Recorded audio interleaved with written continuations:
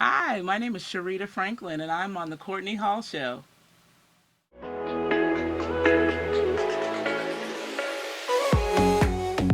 Thank you for watching a new season of the Courtney Hall Show. I have a special guest right to the left of me, Chairita Franklin. How are you doing? I am wonderful, Courtney. Thank Thank you. you. Well, thank you so much for coming on the show. Yes. Now, you are the Assistant Superintendent of CyFair. Talk about that. How did that even happen? That's a major accomplishment.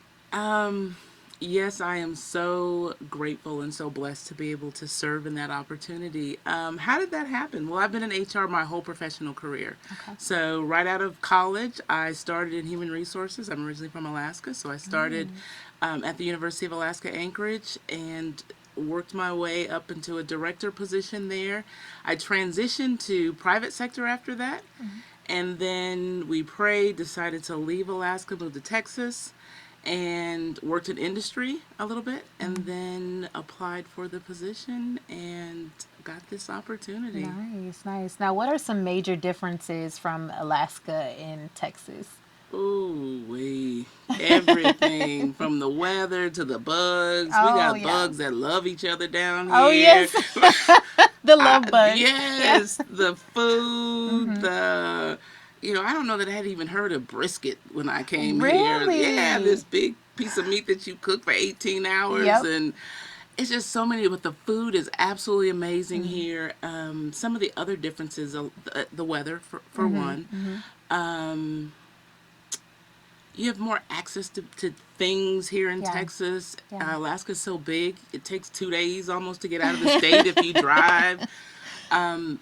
One of the biggest differences for me, the serenity though in Alaska. Everywhere I live in Anchorage, if you just look around, there's mountains. Wow. And there's some peace that goes with that. And I kind of equate that to going to the country here. Okay. So, Okay. yeah, you go to the Nice. country and you can feel that.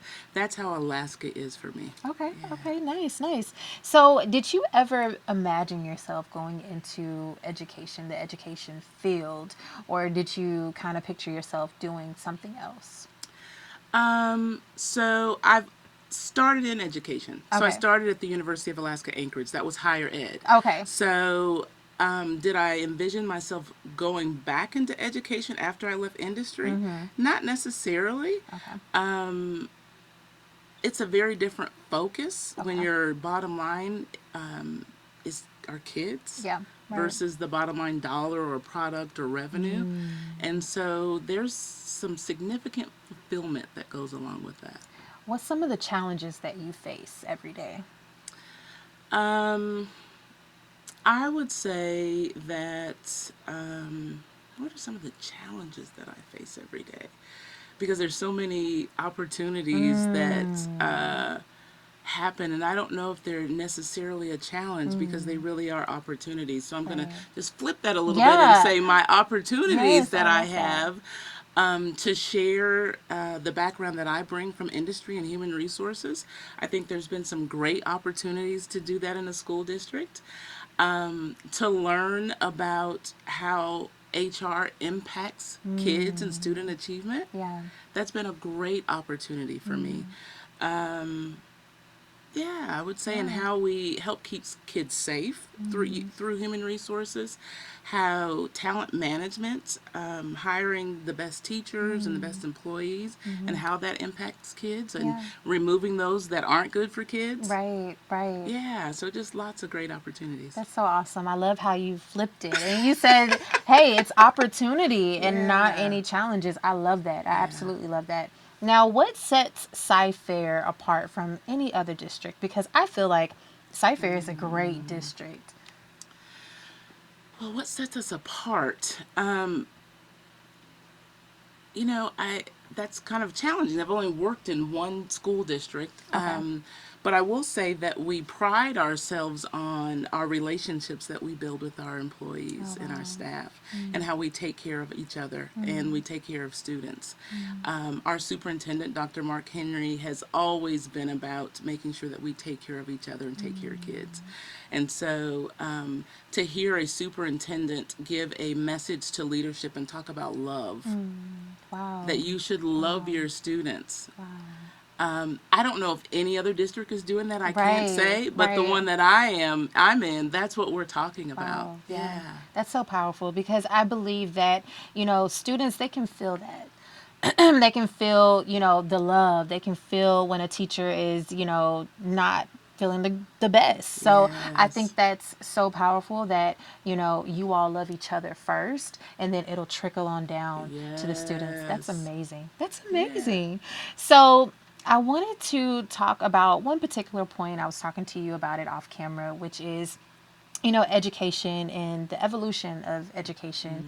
What are your thoughts on that? Because as I was telling you, I feel like, if you look at an iPhone, it has evolved, or look at a phone, it's evolved. But if you look at, a classroom, it's kind of still the same. You have your whiteboard or chalkboard, you have the desk. Is there any other interactive learning going on, or is there any other changes that'll be going on? So, what we see in our classrooms when you say whiteboard, we have smart boards, we have Promethean boards. And so our kids are having that technology interactions. We have the tablets and the computers that our kids get to use. We were just talking prior to the show about the audio visual programs that we have in our schools. We have Nice. welding programs, we have plumbing programs, we have cosmetology. So schools have evolved from, we don't do home ec anymore. Anybody learn how to sew or cook? Well, we are still learning how to cook in our Right. schools. We have culinary arts, but it's not a part of the mandated program. So schools have really evolved. We're just launching a it's not a bilingual program, but it's a Spanish language program where they're using activity to learn Spanish. So I would say we've come a long way. I think some of the differences though, kids are coming with different values when they come to school and different backgrounds. And so some of the things that we took for granted that were taught at home, they may not be because of differences in culture and how you're raised. Right. And so school has evolved that way. So we do have opportunities to teach those standards or how we're going to interact or that sort of thing. So I would say that That's there's good. some challenges that way, but I don't know if there is any blackboards in schools now. Yeah, I'm Everybody. like, I actually went to a class. I'm not going to say the school's name, but they still had the blackboard. And I'm like, are you serious? Like, who's Yeah. using that? Like, I don't know about other districts, but our districts, we have smart boards and we have computers and kids. The Wi-Fi is set up so that the kids can connect to the Wi-Fi and use their bring your own devices, yeah. BYOT. Oh, Yeah, nice. so they can bring their devices and interact that way. Nice. That's so Yeah, awesome. homework is put out there in Google Classroom and they're interacting with the teachers online and Yes. yeah, yeah. That's so awesome. She has such a beautiful spirit. I don't know if you can feel it. You can probably feel it at home, but she does. She's very passionate. Now, I know you're passionate about, your students, or not the students, your students, but the students of the district, the makeup of the Yeah. district.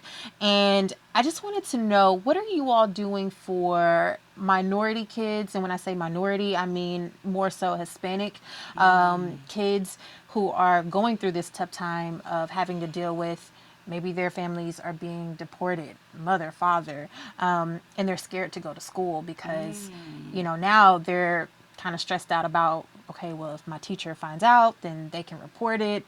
Like, what's Yeah. the procedure for that?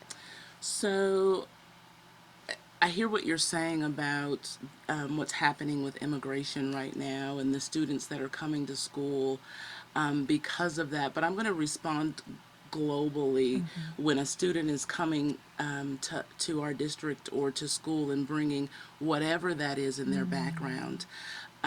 Our counselors, we have psychologists, even our teachers are going through training to be able to identify when a student is either in crisis or is having some sort of identified need. How can we connect with that student, support them, get them the support that they need, and then encourage them and build them along as that for because if they don't feel safe, Right. if they're hungry, they're not going to learn. And so if the need is they don't feel safe because of some immigration, Yeah. or if it's abuse happening in the home, all of those are needs that kids come to school with. So we have counselors. One of the things that we've just done recently, added almost 30 new counselors this next year to our staffing model. We have a team of psychologists and counselors that are identifying students that are having mental health crisis. We have plans put in place for that. So, as a district, we are really trying to figure out how do we connect with that whole child. Okay. That's so Yeah. awesome. That's good because, like I said, children sometimes, they're going to school stressed out. And so just to go to their safe place would be awesome. Now, talk about you. I want to know, you're from Alaska. Did you ever feel, oh my gosh, like I'm in Alaska, or was it normal to you? So that's all I know. I Yeah. am from Alaska. My kids are born in Alaska, so I didn't know Nice. anything different. I started traveling to Texas when I married my husband back in the 90s, and so then I got to see something a little bit different. But you know where mom is, that's where I wanted to be. Right. So Oh. thinking about doing something different was like, but then I moved, switched jobs, and I wasn't traveling as much. So the cold and the dark, it was just too much. Yeah, yeah. Yeah, What are some of yeah. your hobbies? What do you like to do? So right now, I love to read. I Okay. love to read. I love audiobooks. Nice. I love to listen to music. I love to hang out with my girlfriends, get together Yeah, and do yeah. that, drink a little wine, Right. socialize. Um, Let me see what else. And I'm actually going through a program to develop, get more tools for coaching. So that's kind of been my Nice. personal and professional development. Nice, nice. So Yeah. you do coaching, life coaching?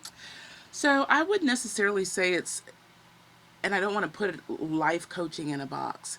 This is really about being able to support employees or whomever recognize that they have the solutions within themselves. Wow. Wow, Yeah. that's so powerful. That's so powerful. Awesome. Well, where can we follow you? Where can we support you? I'm not necessarily a huge social media person.